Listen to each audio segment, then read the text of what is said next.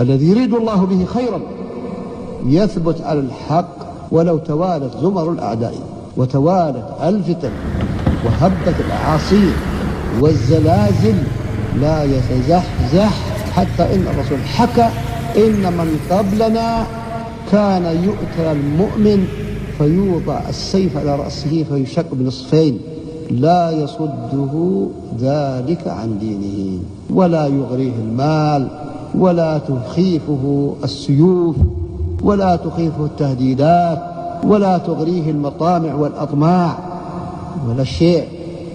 يضع الدنيا تحت قدميه ويضع الفتن كلها تحت قدميه، وفي سبيل الله ما لقيت. كل ما يلقاه من أذى يعتقد أن الله سبحانه وتعالى يحبه. إذا أحب الله قوما ابتلاهم، فمن رضي فله الرضا ومن سخط فله السخط.